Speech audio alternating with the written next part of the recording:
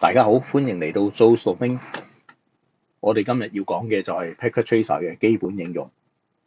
上完呢堂，希望可以令到大家喺嚟緊嘅幾堂入邊，可以輕鬆咁運用到呢一個 software 去建造唔同嘅網絡，同埋去做唔同嘅 testing。咁事不宜遲，我哋而家即刻開始。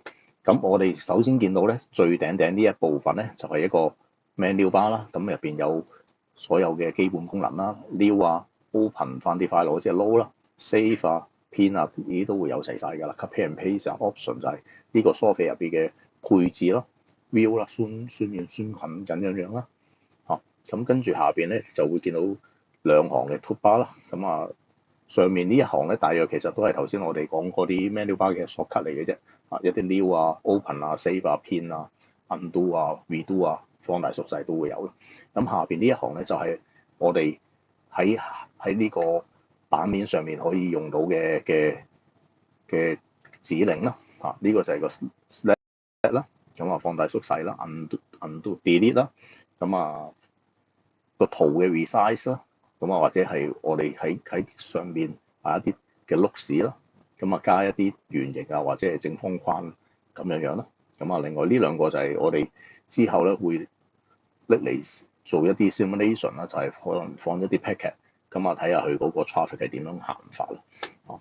咁嚟到呢一度咧，咁你見到係有個 logical 同埋 physical 啦。我哋平時都會係用一啲 logical 去畫一個 network 出嚟啦。咁啊，如果係 physical 嘅話咧，咁就會係見到佢會模擬翻一個真實嘅環境俾你去睇翻啦。咁隔離一啲就係一啲嘅component 俾你去用到啦。咁啊，可能我可以create 到一個 city 啦。咁有兩個 city，我哋個 data 係點樣去 communicate 咯。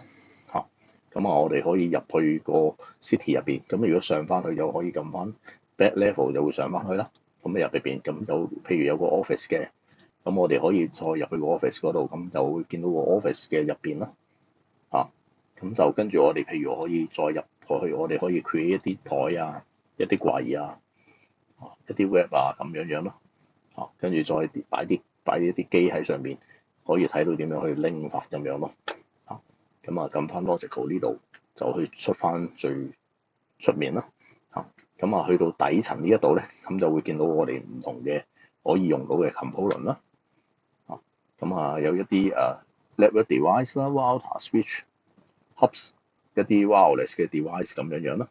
咁啊，跟住就係有啲機啦、PC、laptop server 都會有齊晒嘅。或者係一啲 IOT 啦、一啲 smart home 入邊嘅 device 都會有啦。咁啊，跟住 cable 啦，咁我哋可以有唔同嘅 cable 去連接我哋嘅機咁樣咯。咁去到最後右下角呢一邊就係一個 simulation 嘅 console 嚟嘅。咁我哋平時用就係 real time 啦。咁我哋譬如砌完一個 level 出嚟，咁我哋就會開翻個 simulation，咁去 run 翻，咁啊可以睇到翻我哋嗰啲 packet， 我哋啲 traffic 佢喺個 level 係點樣運行法啦。OK， 咁好啦，咁我哋今日就簡單咁介紹咗呢個 software 係點樣去應用啦。咁嚟緊下一集咧，就會開始我哋呢個 Packet Tracer 嘅課堂嘅真正開始嘅。咁啊，第一堂咧會講翻個 start 嘅 structure 去點樣建立啊。